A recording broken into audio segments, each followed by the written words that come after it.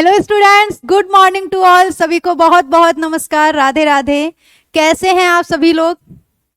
कैसे हैं आप सभी लोग? And most important thing is that पढ़ाई कैसी चल रही है? विशाल, पूनम, दिशा मौर्य, लव चौधरी, राहुल, निखिल, दानिश, सौरभ यादव, स्विप करना कमेंट पे।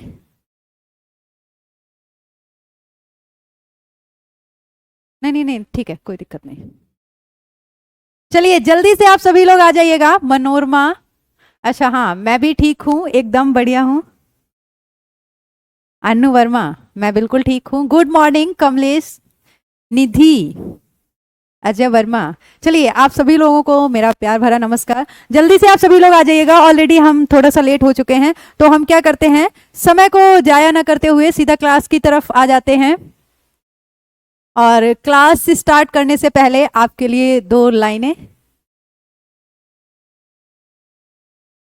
क्लास स्टार्ट करने से पहले आपके लिए दो लाइनें हैं। प्रियांशी जयसवाल, क्या कहना चाह रही हैं आप?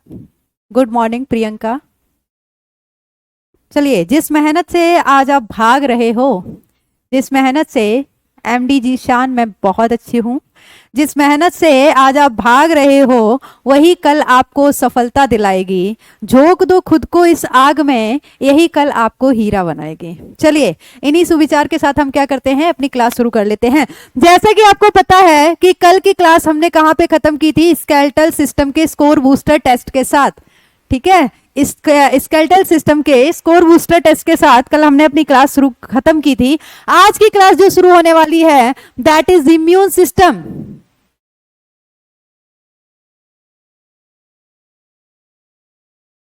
अच्छा, डेली के डेली पीडीएफ नहीं अपलोड होते हैं क्या?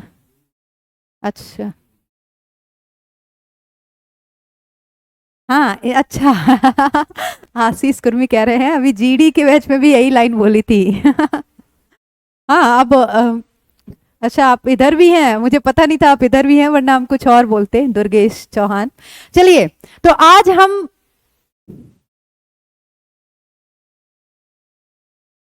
लाइक मतलब क्या बोलना चाह रही हैं प्रियांशी, आप लाइक के समझाएं। चलिए एक बार बात कर लेते हैं बेटा। आपको पता है कि मानव शरीर, पहले हमने कोशिका पढ़ा, कोशिकाओं से मिलकर क्या बना है, मानव शरीर बना है। कोशिका जो कि मानव शरीर की एक मूलभूत इकाई है, संरचना है।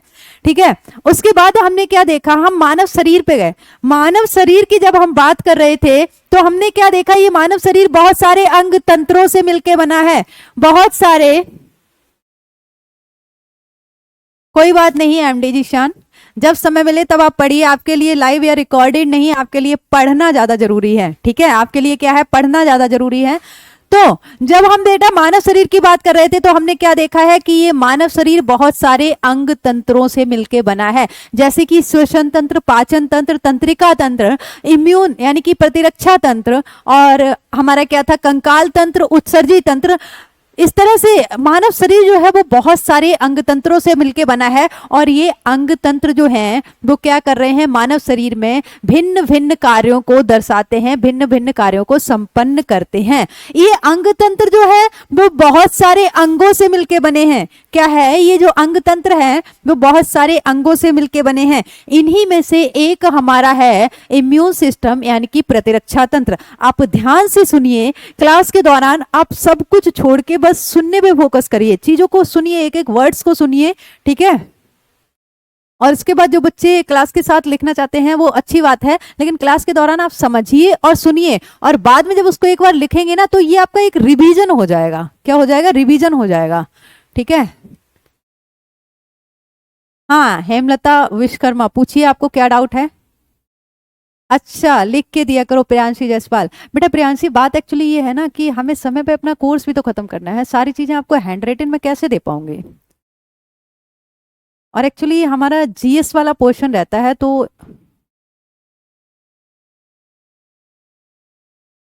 हाँ आप ऐसे ही करते हैं। चलिए ठीक है, एक बार आ जाते हैं। तो बेटा आपको पता है शरीर के अंदर ये जो तंत्र है, प्रियांशी जायसवाल, हम आपकी बात को फॉलो करेंगे जिस हद तक हम कर पाएंगे, ठीक है।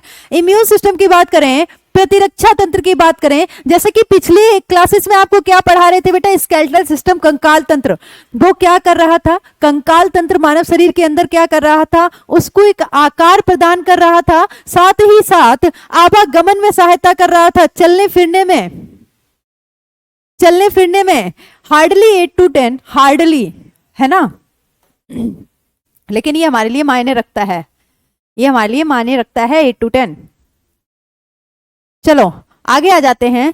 तो इसी तरह से ये जो प्रतिरक्षा तंत्र है, ये मानव शरीर के अंदर क्या करेगा। प्रतिरक्षा तंत्र की अगर हम बात करें तो प्रतिरक्षा तंत्र जो है वो बहुत सारी कोशिकाओं से मिलकर बना होता है। ये कोशिकाएं क्या करती हैं, मानव शरीर को किसी भी तरह के इन्फेक्शन, संक्रमण से बचाने का काम करती हैं, किसी भी तरह के संक्रमण से बचाने का काम करती हैं, ठीक है। जैसे आप देखते हैं कि अगर आप नॉर्मल बीमार होते हैं, आपका बॉडी टेम्परेचर हाई हो जाए, या आपको नॉर्मल जुकाम हो जाए, कोल्ड हो जाए, या कोई भी थोड़ा बहुत इन्फेक्शन हो जाए, या कुछ भी इस तरह का, तो आप देखते हैं कि बॉडी उसको धीरे धीरे खुद ब खुद क्योर कर रही होती है, खुद ब खुद उसको ठीक कर रही होती है, क्षतपूर्ति कर रही होती है उन चीजों की। कैसे होता है ये, क्योंकि आपके शरीर के अंदर भगवान ने ऑलरेडी एक ऐसा सिस्टम दिया हुआ है कि छोटी मोटी बीमारियों को ये शरीर खुद ब खुद ठीक करता है। छोटी मोटी बीमारियों की बात नहीं है, एक्चुअल में बात यह है कि कोई भी बीमारी हो, हर बीमारी को शरीर पहले खुद ठीक करने का प्रयास करता है। किसके माध्यम से बेटा, ये जो इम्यून सिस्टम है इसके माध्यम से, इसके अंदर जो कोशिकाएं हैं उनके माध्यम से, वो कोशिकाएं जो एंटीबॉडी बना रही हैं उनके माध्यम से शरीर क्या करता है, किसी भी बीमारी से पहले खुद लड़ता है। जब वो सफिशिएंट एंटीबॉडीज, प्रतिरक्षी कोशिकाएं नहीं बना पाता है, तब क्या होता है, किसी भी मानव को मेडिकेशन यानी कि दवाइयों के लिए जाना पड़ता है, जो कि क्विक रिस्पॉन्स करती हैं, जल्दी से क्या करती हैं, प्रतिक्रिया करती हैं और बीमारी को खत्म करती हैं। बहुत ही अच्छा टॉपिक है, आप सभी लोगों को पता है। हाँ ओके हेमलता, मैं इसीलिए यहाँ पे खड़ी हूँ, ठीक है। आपको पता है बेटा, अभी कुछ समय पहले ही हम सभी लोग जो है कोरोना से सफर कर रहे थे, उस काल में चल रहे थे जहाँ पे कोरोना जैसी एक बहुत महामारी फैली हुई थी। तो आज आपको सारी चीजें पता चलेंगी कि उस महामारी के लिए जो वैक्सीन बनी थी वो क्या थी, वायरल डिजीज क्या होते हैं, बैक्टीरियल डिजीज क्या होते हैं, ठीक है। इन सारी चीजों के बारे में आज आप पढ़ेंगे विकास बाबू जी, ठीक है। इन सारी चीजों के बारे में आज आप पढ़ेंगे। तो सबसे पहली बात तो हम क्वेश्चन आपसे ये करना चाहेंगे कि बेटा अगर कोई आपसे पूछे कि हेल्थ क्या होता है, स्वास्थ्य क्या होता है, तो आप क्या बताएंगे, जल्दी से बताइएगा। अगर आपसे इम्यूनिटी की बात करते हैं, यहाँ पे प्रतिरक्षा दिया गया है, इम्यूनिटी क्या होता है, प्रतिरक्षा क्या होता है, कि आपके शरीर के अंदर कोई भी सूक्ष्म जीव गया है। आप तब तक हेल्थ की डेफिनेशन लिखिए, हेल्थ क्या है। आप देखेंगे कि मानव शरीर के अंदर कोई भी सूक्ष्म जीव गया है तो उससे लड़ने की जो क्षमता होती है मानव शरीर के अंदर, उसी को हम प्रतिरक्षा इम्यूनिटी बोलते हैं। उसी को हम क्या बोलते हैं, प्रतिरक्षा इम्यूनिटी बोलते हैं। अच्छा, प्रतिरक्षा जो है हमारे अंदर, उसको हम बढ़ाते भी हैं, बूस्ट करते हैं। कैसे, हम सिट्रस फ्रूट्स लेके या नॉर्मली प्रोटीन, विटामिन फ्रूट्स वगैरह के माध्यम से हम क्या करते हैं, हमारे अंदर जो बनने वाली इम्यून सेल्स हैं, ठीक है, जो प्रतिरक्षी कोशिकाएं हैं, उनको हम क्या करते हैं, और ज्यादा प्रोड्यूस करते हैं, उनके प्रोडक्शन को बढ़ाते हैं। स्पेशली आपको बता दें, अगर आप चाहते हैं कि आप बहुत अच्छे से हेल्दी रहें, तो ज्यादा से ज्यादा अमाउंट में आपको क्या लेना होता है, सिट्रस फ्रूट, जो खट्टे फल होते हैं, वो क्या करते हैं, हमारी इम्यूनिटी को बूस्ट करते हैं, बढ़ावा देते हैं। विकास बाबू कह रहे हैं और भी क्लास चल रही है, उसी की तरह आप भी पढ़ा के लिखाइए, लिख के पढ़ाइए। अच्छा एक बात बताइए, सेम चीज जो यहाँ पे लिखी है, इसको हम हाथ से लिखें, हिंदी और इंग्लिश दोनों लैंग्वेज में। सपोज करो कि मैं इसको लिख रही हूँ, ठीक है, क्या है, सपोज करो कि मैं इसको लिख रही हूँ, मैंने दोनों लैंग्वेज में लिखा है, आपको ऐसे लिख दूंगी, उसके बाद मैं आपको इसी तरह से तो एक्सप्लेन कर रही हूँ। लिखने से आपको सिर्फ समझ में नहीं आएगा ना, समझ में तो आपको एक्सप्लेन करने से ही आएगा। आप लिखवाने वाला कॉन्सेप्ट सिर्फ इसलिए मतलब अप्लाई करवाना चाह रहे हैं कि जब मैं लिख रही हूं उस समय साथ साथ आप भी लिख सकें, सिर्फ इसीलिए ना।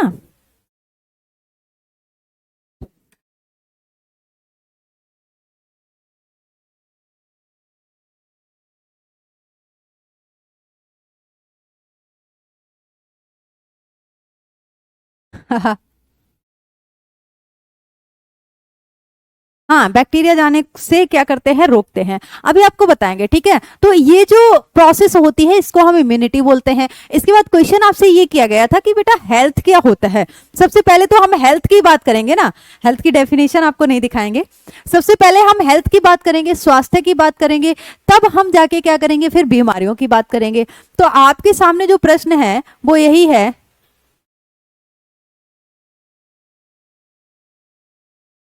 नहीं हो पाएगा, है ना। चलो अभी मैं इस चीज को आप रिलेट करो। चलो जल्दी से मेरे क्वेश्चन का पहले जवाब दो। आप लोग जवाब नहीं देते हैं और इधर उधर के क्वेश्चन करने लगते हैं। जल्दी बताइएगा कि अगर आपसे पूछा जाए, अगर आपसे पूछा जाए कि हेल्थ क्या है, स्वास्थ्य क्या है, तो आप क्या बताएंगे कि बीमारियों से मुक्त रहना। अगर हमें किसी भी तरह की कोई बीमारी नहीं है तो उसको, मान लो कोई भी पर्सन है, कोई भी पर्सन है जिसको किसी भी तरह की कोई बीमारी नहीं है, तो आप क्या बोलेंगे कि ये पर्सन जो है वो क्या है, स्वस्थ है ना, हेल्दी है, स्वस्थ है। विकल्प है ना, क्या है वो, हेल्दी है, स्वस्थ है। ऐसा नहीं होता है। केवल और केवल बीमारियों से मुक्त रहना, free from of disease, is not a complete healthy man. कोई भी पर्सन जिसे कोई भी बीमारी नहीं है वो पूरी तरह से स्वस्थ नहीं है। आगे अगर हम हेल्थ की डेफिनेशन की बात करेंगे, स्वास्थ्य क्या होता है। Health is not just the absence of disease. केवल बीमारियों की अनुपस्थिति ही स्वास्थ्य नहीं है। It could be defined as state of complete physical, mental and social wellbeing. Health क्या है कि कोई पर्सन फिजिकली तो फिट होना ही चाहिए, ठीक है, शारीरिक रूप से तो स्वस्थ होना ही चाहिए। साथ ही साथ, हाँ सतीश मैं वो कर रहे हैं कमेंट, बीमारी से मुक्त होना। देखिए बीमारी से मुक्त तो होना ही चाहिए, शारीरिक स्वस्थता तो होनी ही चाहिए, साथ साथ मानसिक और सामाजिक तौर पे भी उसे क्या होना चाहिए, हेल्दी होना चाहिए। एक कोई मानव है जिसे किसी भी तरह की कोई बीमारी नहीं है, लेकिन उसका ब्रेन प्रॉपरली काम नहीं कर रहा है, वो मानसिक तौर से क्या है, डिस्टर्ब है, असंतुलित है, तो क्या आप उसे एक हेल्दी पर्सन बोल सकते हैं? नहीं बोल सकते हैं, ठीक है।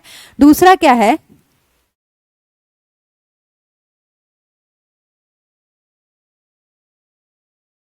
अच्छा तो आप कहना चाह रहे हैं कि इंग्लिश एक लैंग्वेज में लिखूं, हिंदी एक लैंग्वेज मैं खुद लिखूं और एक मैं उनसे लिखवा लूं, टाइप करवा लूं, है ना, यही कहना चाह रहे हैं क्या?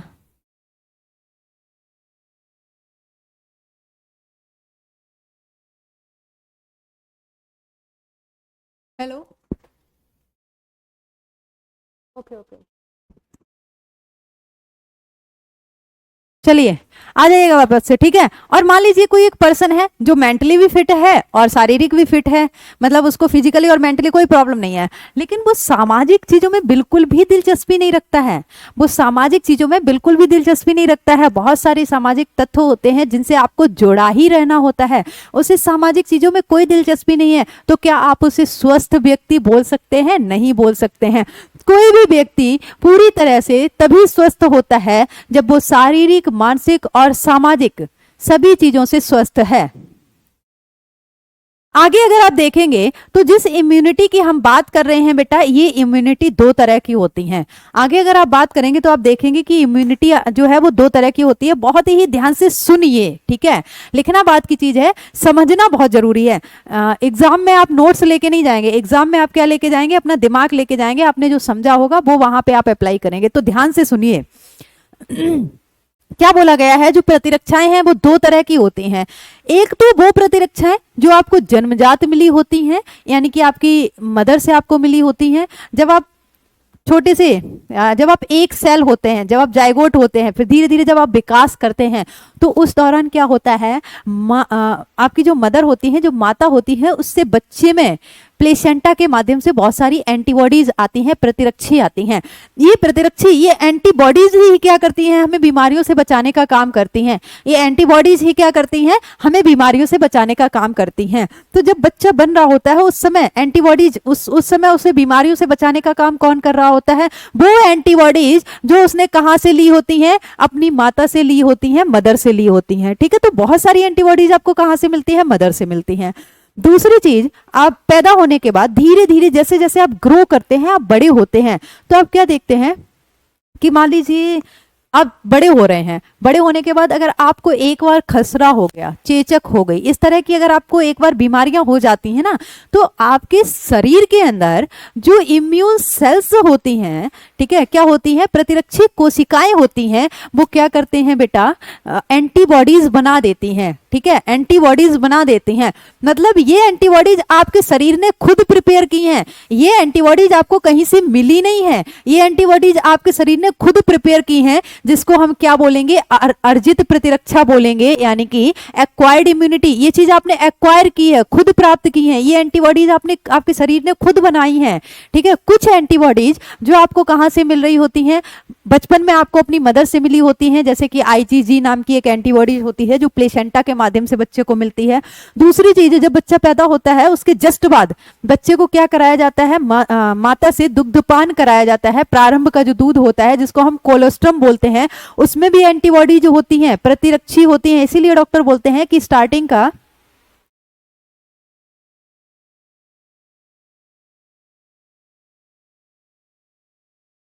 क्या लिखना चाह रही हैं, स्टार हेमलता विश्वकर्मा, आप क्या बोलना चाह रही हो बेटा?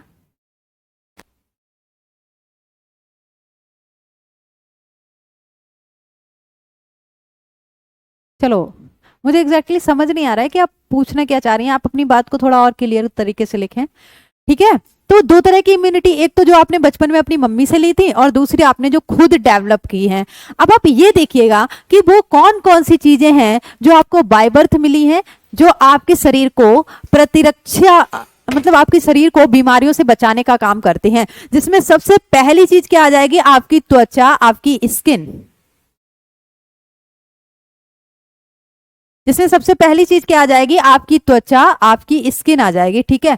प्रतिरक्षाएं जो हैं, इम्यूनिटी जो है बेटा, वो दो तरह की होती है। इम्यूनिटी कितने तरह की होती है, दो तरह की होती हैं। सबसे पहले आपके पास क्या है, सबसे पहले आपके पास क्या है, इन्नेट इम्यूनिटी है, जिसको हम जन्मजात प्रतिरक्षा या फिर जन्मजात प्रतिरक्षा या सहज प्रतिरक्षा बोलेंगे। क्या बोलेंगे, जन्मजात प्रतिरक्षा या सहज बोलेंगे, ठीक है। दूसरी वो जो हमने खुद से प्राप्त की है, जब हमें कोई बीमारी हुई है उस दौरान जो एंटीबॉडी बनी है, जब हमें कोई बीमारी हुई है उस दौरान जो एंटीबॉडी बनी है, मतलब हमारे शरीर ने खुद बनाई है, तो उनको हम क्या बोलेंगे, एक्वायर्ड बोलेंगे। एक्वायर्ड मतलब क्या होता है, प्राप्त करना, ठीक है। इसको हम क्या बोलेंगे, अर्जित प्रतिरक्षा।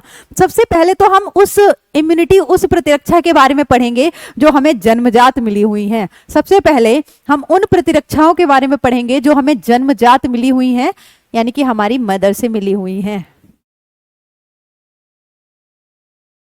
Thank you, thank you Hemlata ji. चलो आगे आ जाते हैं। इन्नेट इम्यूनिटी की अगर हम बात करेंगे बेटा, किसकी बात करेंगे, सहज प्रतिरक्षा की बात करेंगे। तो आपको एक बात बता दें, जन्मजात आपको जो प्रतिरक्षाएं मिलती हैं वो आपको सभी तरह की बीमारियों से बचाती हैं।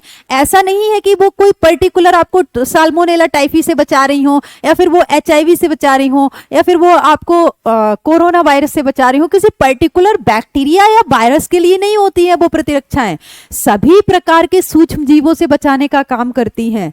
ऐसी प्रतिरक्षाएं जो आपको जन्मजात मिली हुई होती हैं, वो आपको सभी बीमारियों से बचाने का काम करती हैं। ध्यान से सुनिए, आपको सुनना ज्यादा है ना, लिखना विखना थोड़ा उस चीज पे इतना ज्यादा वो मत करिए, रुक जाइए, ध्यान से सुनिए चीजों को। अगर एक बार आपको चीजें समझ आ गई ना, तो दुनिया की कोई ताकत नहीं है कि चाहे आप लिखें ना लिखें, अगर एक बार आपके BMS है यानी कि ब्रेन में सेट हो गई, तो आप 100% परफॉर्म कर पाएंगे चीजों को। लिखा हुआ बहुत बार लिखा हुआ रखा रह जाता है, काम नहीं आता है ना। तो चीजों को समझने पे ज्यादा ध्यान दिया करिए आप लोग। चलिए ठीक है, इन्नेट इम्यूनिटी की जब हम बात कर रहे हैं, जन्मजात प्रतिरक्षाओं की जब हम बात कर रहे हैं, तो पीछे एक चीज लिखी हुई है, that is non specific type of defence.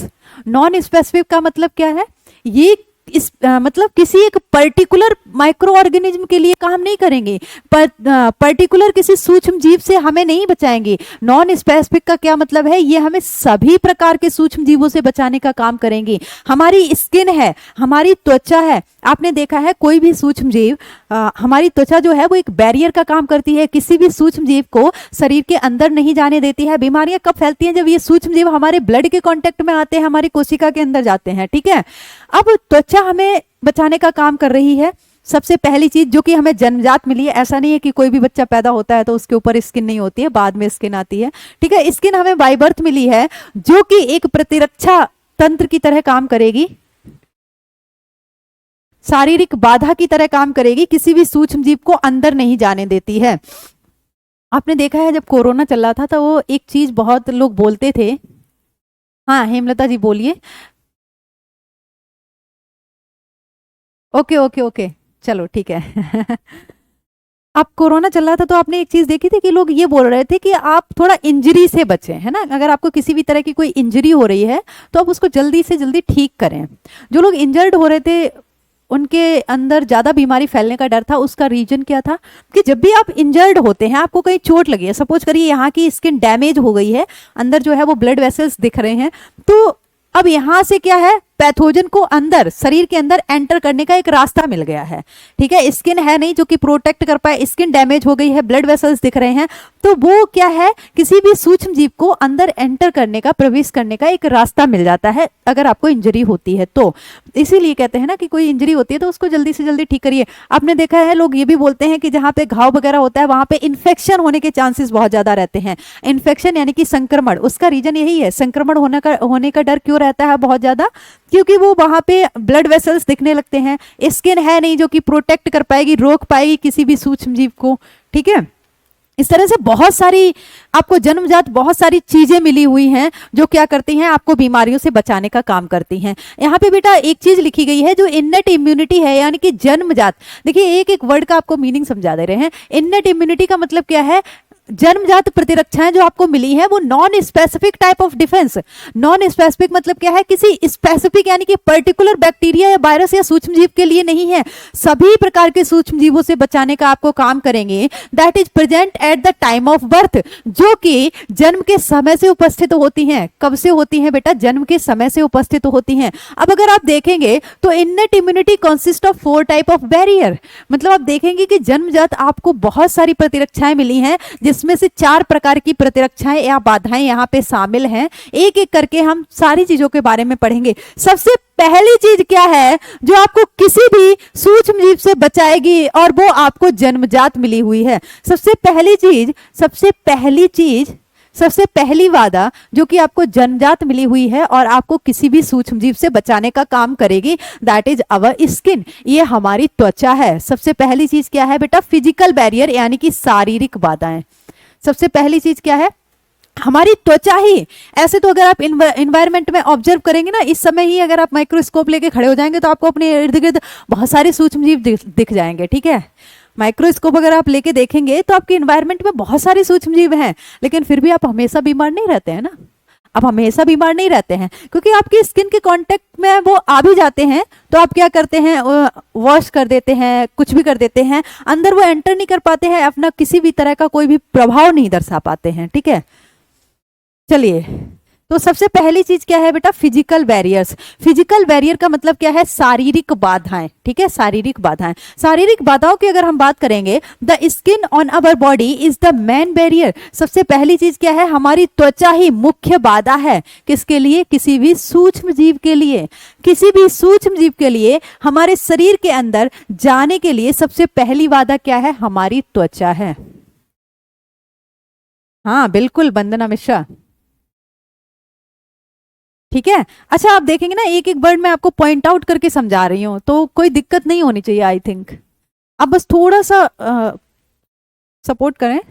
Physiological barrier, आगे हमारा क्या है बेटा, शारीरिक क्रियाओं की बाधा।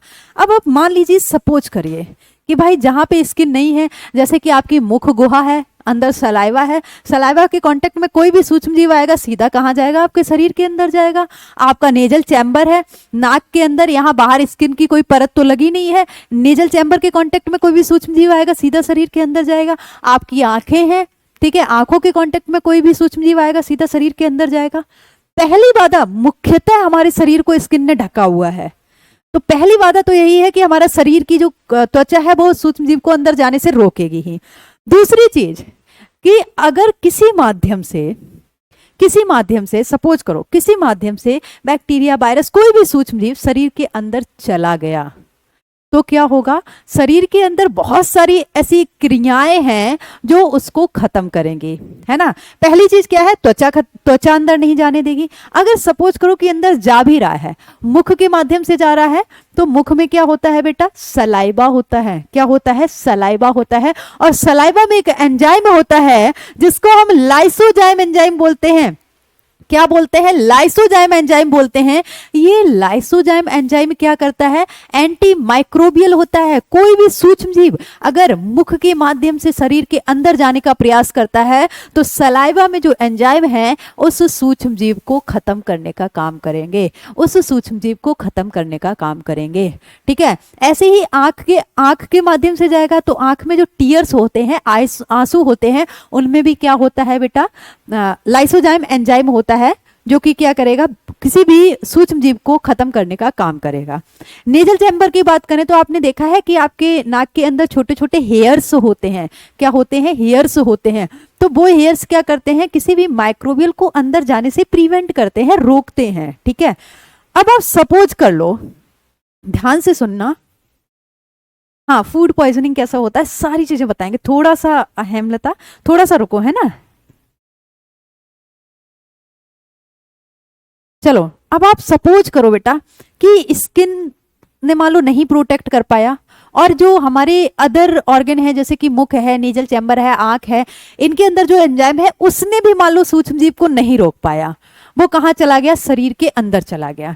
शरीर के अंदर जाने के बाद अगर वो माइक्रो ऑर्गेनिज्म आपके स्टमक, आपके आमाशय के कांटेक्ट में आएगा तो वहां पे क्या है, ऑलरेडी HCl, ठीक है, हाइड्रोक्लोरिक अम्ल है, जो कि इन सूक्ष्म जीवों को मार के खत्म करने का काम करेगा। शारीरिक क्रियाओं में क्या क्या आ जाएगा, आपके मुंह के अंदर जो लार है, आपकी आंखों के अंदर जो आंसू हैं, आपके स्टमक, आमाशय में जो अम्ल है, ये सभी किस तरह की बाधाएं हैं बेटा, शारीरिक क्रियाओं की बाधाएं हैं जो कि सूक्ष्म जीवों को खत्म करने का काम करेंगे। ठीक है, यहां तक आप लोगों को क्लियर है।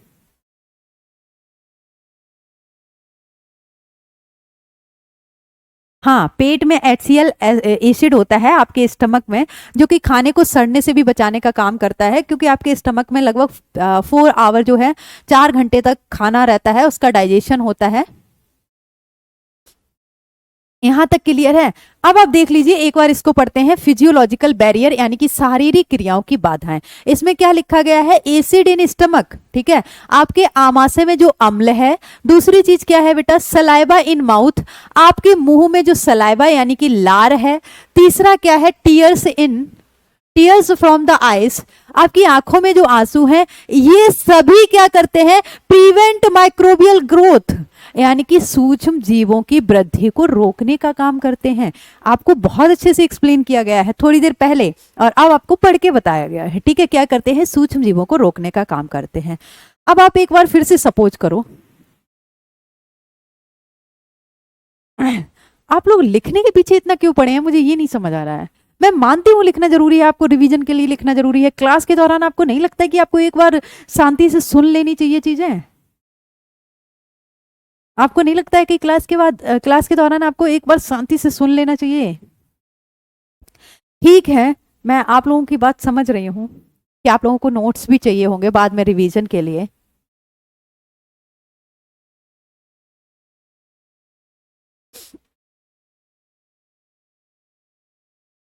आप लोग इससे ज्यादा ध्यान अगर सुनने पे दें, आपको कॉन्सेप्ट अगर क्लियर हो जाएंगे ना, तो दुनिया की कोई ताकत नहीं है जो आपके दिमाग से कॉन्सेप्ट निकाल पाए। आपके नोट्स चोरी हो गए, सपोज करो, मतलब मैं ऐसा नहीं कह रही हूँ, मैं मतलब आपकी बात को नकार नहीं रही हूँ, मैं आपकी बात को नकार नहीं हो रही हूँ, लेकिन आप सोचिए कि वो नोट्स बहुत बार ऐसा हो जाता है कि लिखे के लिखे रखे रह जाते हैं। भाई, बहुत सारे नोट्स होते हैं जो लिखे के लिखे रखे रह जाते हैं, लेकिन आपके ब्रेन में जो चीज सेट हो गई है वो एफिशिएंसी आपको एग्जाम में दिखेगी। आप एग्जाम में नोट्स नहीं ले जा सकते हैं। ऑड लगती है, लगेगी बेटा, स्टार्टिंग में कुछ कुछ चीजें ऑड लगेंगी, रिलेट करके सुनोगे समझोगे तो सब बहुत आसान लगेगा। सुनना और समझना है आपको फोकस के साथ। चलो, अब बेटा आप एक बार फिर से सपोज करो, क्या सपोज करो मैम, कि मान लो हमारी त्वचा ने भी किसी सूक्ष्म जीव को नहीं रोक पाया, वो किसी न किसी माध्यम से हमारे शरीर के अंदर चला गया। ठीक है, मान लो मुख के माध्यम से गया, जो सलाइवा थी उसमें जो एंजाइम था उसने नहीं रोक पाया, अंदर जाके स्टमक में नहीं गया वो, और वो डैमेज नहीं हुआ, माइक्रोबियल जो है वो जो भी सूक्ष्म जीव है वो ग्रो कर रहा है शरीर के अंदर। अब आपके शरीर के अंदर इन सारी चीजों के अलावा सेलुलर बैरियर भी होते हैं। सेलुलर बैरियर का मतलब क्या है? कोशिकीय बाधाएं होती हैं। कोशिकीय बाधाएं मैम क्या होता है? कोशिकीय बाधाएं बेटा ऐसी कोशिकाएं होती हैं जिन्हें हम भक्षण कोशिकाएं बोलते हैं। ठीक है, हमारे शरीर के अंदर डब्ल्यूबीसी आप देखते हैं बहुत सारी आपकी, जो अब आप ब्लड के बारे में पढ़ेंगे तो वहां पे आप क्या देखेंगे? ब्लड सेल्स देखेंगे, रक्त कोशिकाएं देखेंगे, जिनमें से एक आपकी डब्ल्यूबीसी भी है। डब्ल्यूबीसी के अंदर भी जब आप जाएंगे तो आप वहां पे 5 प्रकार की कोशिकाएं देखेंगे, जिनमें से कुछ कोशिकाएं क्या हैं? ऐसी कोशिकाएं हैं जो सूक्ष्म जीवों यानी कि बाहर से आए हुए किसी भी जीव को खाने का काम करती हैं, खा के खत्म करने का काम करती हैं। सेम यही चीज ऑर्गन ट्रांसप्लांटेशन में भी होती है, जो अंग प्रत्यारोपण होता है उसमें भी यही काम होता है। इसीलिए वहां पे क्या किया जाता है?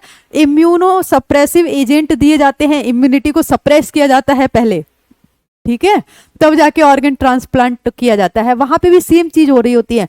बाहर से अगर मान लो किसी को किडनी ट्रांसप्लांट कर दिया, उसकी इम्यूनिटी को सप्रेस नहीं किया, प्रतिरक्षा को उसकी रोका नहीं गया, तो वहां पे तो ये जो भक्षण कोशिकाएं हैं वो किडनी को खा के खत्म कर देंगे। ठीक है, क्या करेंगी? बाहर से कोई भी चीज जा रही है आपके शरीर के अलावा, ये जो कोशिकाएं हैं वो सेल्फ सेल यानी कि शरीर की जो कोशिकाएं हैं और बाहर से जो कोशिकाएं जा रही हैं उनको अच्छे से डिफरेंशिएट कर लेती हैं, अच्छे से उनमें अंतर पहचान लेती हैं। ठीक है, तो बाहर से कोई भी कोशिका जाएगी, आपको बताया, आपको रिप्रोडक्शन नहीं पढ़ाया अभी, जब आप रिप्रोडक्शन पढ़ेंगे तो वहां भी आप देखेंगे कि वजाइना में जो स्पर्म जाते हैं उनको भी बहुत सारी फैगोसाइटोसिस सेल्स जो है वो खा के खत्म कर देती हैं। बाहर से कोई भी कोशिका, कोई भी अंग, कोई भी एंटीजन, कोई भी माइक्रोबियल आपके शरीर के अंदर जाएगा तो शरीर के अंदर कुछ इस प्रकार की कोशिकाएं होती हैं जिन्हें हम भक्षण कोशिकाएं कहते हैं। ये क्या करती हैं? उनको खा के खत्म करने का काम करती हैं। एक एक चीज को धीरे धीरे पढ़िए, सारी चीजें समझ में आ जाएंगी। अब ये कोशिकीय बाधाएं क्या है? ये वो कोशिकाएं हैं जो किसी भी माइक्रोब्स को, अगर मान लो वो शरीर, हमारी स्किन या माउथ, जो भी एंजाइम है, शारीरिक प्रक्रियाएं हैं, उनके माध्यम से वो सूक्ष्मजीव नहीं रुक पाया और वो शरीर के अंदर चला गया, तो वहां पे शरीर के अंदर बेटा कुछ कोशिकाएं हैं, सर्टेन टाइप ऑफ ल्यूकोसाइड यानी कि डब्ल्यूबीसी। डब्ल्यूबीसी को हम क्या बोलते हैं? ल्यूकोसाइड्स या फिर व्हाइट ब्लड सेल्स। क्या बोलेंगे? श्वेत रक्त कणिकाएं, व्हाइट ब्लड सेल।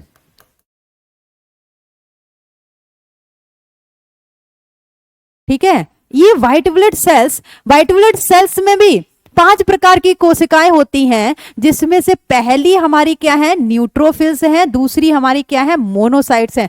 अच्छा, आप देखेंगे कि इम्यून सिस्टम में डब्ल्यूबीसी का बहुत योगदान है। डब्ल्यूबीसी का बहुत योगदान है। डब्ल्यूबीसी की न्यूट्रोसाइल सेल तथा मोनोसाइट सेल भक्षण कोशिका की तरह काम करती हैं और लिम्फोसाइट सेल क्या करेंगी? एंटीबॉडी का प्रोटेक्शन करेंगी। क्या करेंगी? एंटीबॉडी यानी कि प्रतिरक्षी कोशिकाओं का उत्पादन करेंगी। तो आप देख रहे हैं ना कि डब्ल्यूबीसी का कितना ज्यादा योगदान है आपके इम्यून सिस्टम में, आपकी प्रतिरक्षा तंत्र में। HCl लिक्विड होता है। अन्नू वर्मा,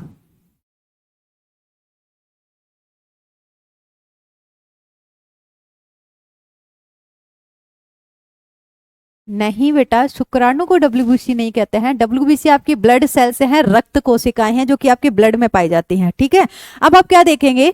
ये जो कोशिकाएं हैं जिनको हम क्या बोल रहे हैं? न्यूट्रोफिल्स बोल रहे हैं और मोनोसाइट्स बोल रहे हैं। ये क्या है बेटा? आपकी नेचुरल किलर सेल्स हैं, जो कि क्या है? A type of lymphocyte. ये क्या है? Natural killer. नेचुरल किलर का मतलब क्या है?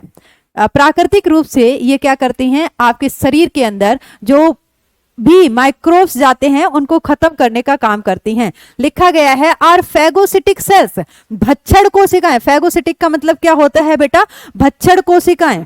हिंदी में लिख लीजिएगा, दैट इज भक्षण कोशिकाएं।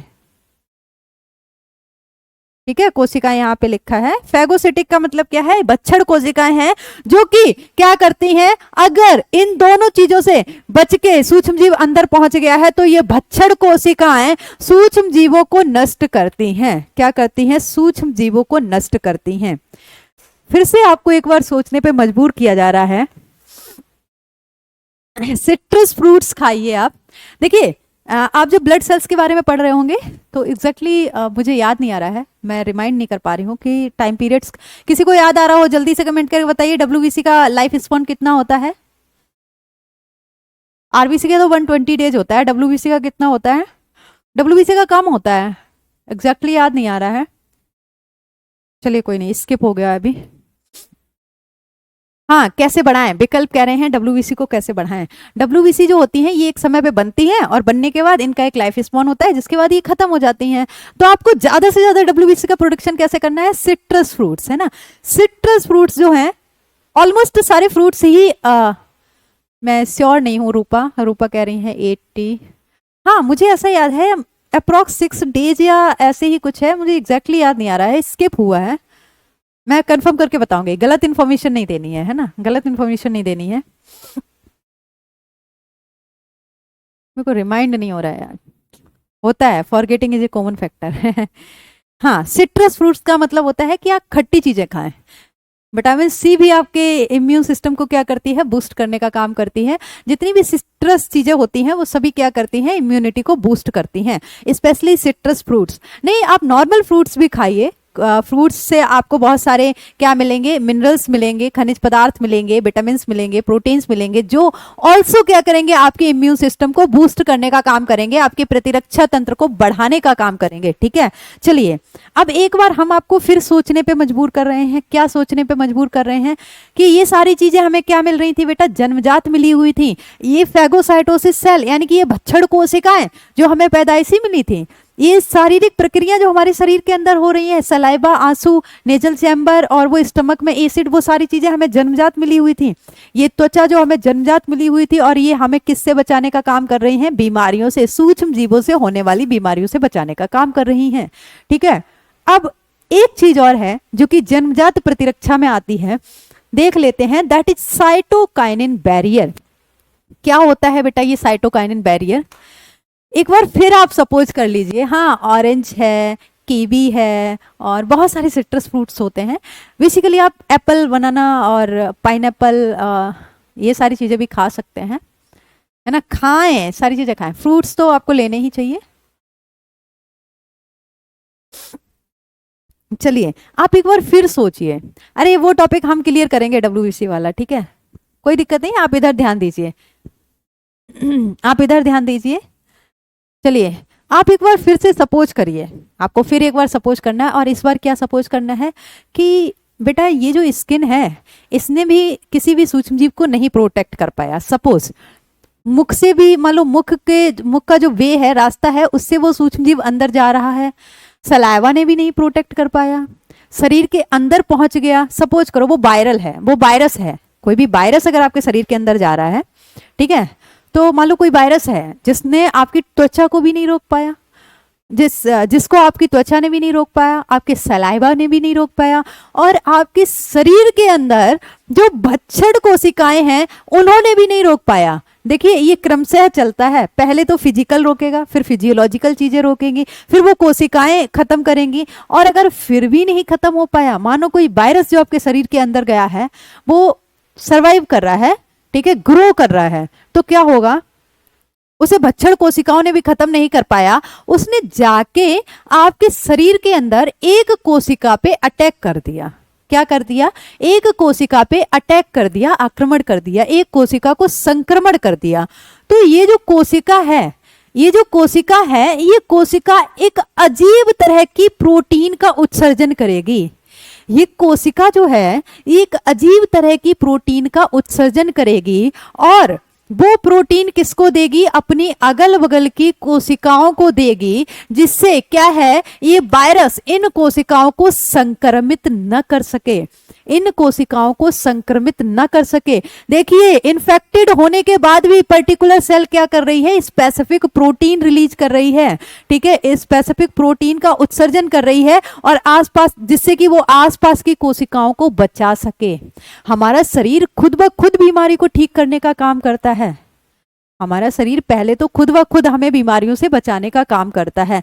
अब आपको बता दें, ये कोशिका जो कि वायरस से संक्रमित है, ये जो प्रोटीन उत्सर्जित करती है, उस पर्टिकुलर प्रोटीन को हम क्या बोलते हैं बेटा, इंटरफेरॉन बोलते हैं। क्या बोलते हैं, इंटरफेरॉन बोलते हैं। बार बार नाम सुनिएगा, क्या बोलते हैं, इंटरफेरॉन बोलते हैं। और ये इंटरफेरॉन प्रोटीन जो होती है, इसको हम एंटीवायरल भी बोलते हैं। एंटीवायरल क्यों बोलते हैं, क्योंकि ये वायरस से वायरल इन्फेक्शन से बचाएगी, ठीक है, विषाणु के संक्रमण से बचाने का काम करती है।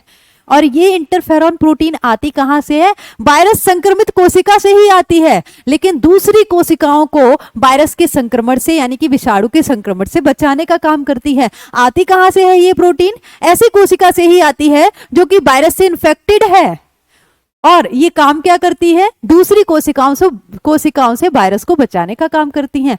आपने सुना है कि सांप काटता है, सांप जब काटता है तो क्या किया जाता है? उसका बीनम ही दिया जाता है काटने वाले व्यक्ति को, ठीक है।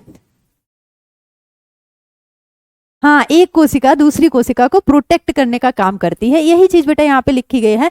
वायरस इन्फेक्टेड सेल जो है वो सीक्रेट करती है यानी कि श्रावण करती है एक प्रोटीन का, जिसे हम क्या बोलते हैं? इंटरफेरॉन बोलते हैं। और ये प्रोटीन जो है वो नॉन इन्फेक्टेड सेल यानी कि ऐसी कोशिकाएं जो संक्रमित नहीं है उनको प्रोटेक्ट, फर्दर वायरल इन्फेक्शन से प्रोटेक्ट करने का काम करती है। ये प्रोटीन क्या करती है? ऐसी कोशिकाएं जो संक्रमित नहीं है उनको फर्दर आगे वायरस का इन्फेक्शन ना हो उससे बचाने का काम करती हैं। आपसे ये भी पूछा जा सकता है क्वेश्चन इस तरह से, विषाणु विरोधी प्रोटीन का नाम क्या है? एंटीवायरल प्रोटीन कौन सी है? That is interferon. एंटीवायरल क्या लिख सकते हैं आप? एंटीवायरल प्रोटीन, विषाणु विरोधी।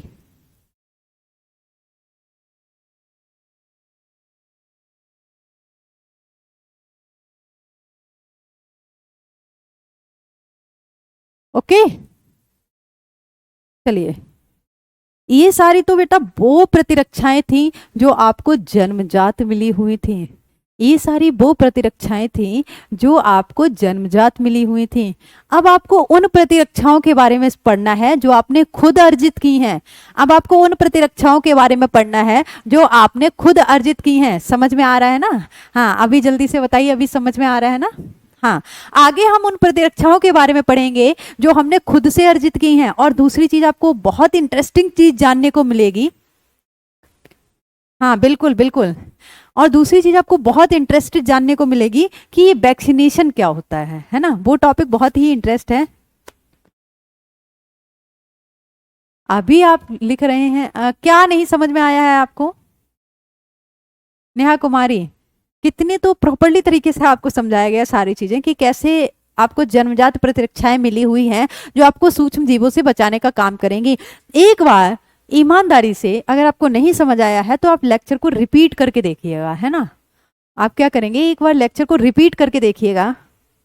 मे बी फर्स्ट टाइम में आपको समझ ना आया हो, लेकिन मुझे लगता है कि मैंने बहुत अच्छे तरीके से चीजों को एक्सप्लेन किया है। तो इसी श्रृंखला को हम कल आगे बढ़ाएंगे, जिसमें हम क्या पढ़ेंगे? अर्जित प्रतिरक्षा के बारे में पढ़ेंगे जो कि हमने खुद गेन की हुई है, ठीक है, जो कि हमने खुद गेन की हुई है। हाँ, आज सभा को यहीं पे खत्म करते हैं और कल हम एक्वायर्ड इम्यूनिटी से स्टार्ट करेंगे। आप लोग ऐसे ही कंसिस्टेंसी और फोकस के साथ पढ़ते रहिएगा। क्या करेंगे आप लोग? कंसिस्टेंसी और फोकस के साथ पढ़ते रहिएगा। हाँ, डोंट वरी पूनम, पहले हम स्वास्थ्य के बारे में पढ़ेंगे, उसके बाद आपको सारी बीमारियां, सारी डिजीज के सिम्टम्स सब कुछ पढ़ाएंगे। Micro organism, bacterial, viral, protozoan, fungal, सब कुछ। चलिए ठीक है, मिलते हैं कल की क्लास में। आज के लिए थैंक यू सो मच।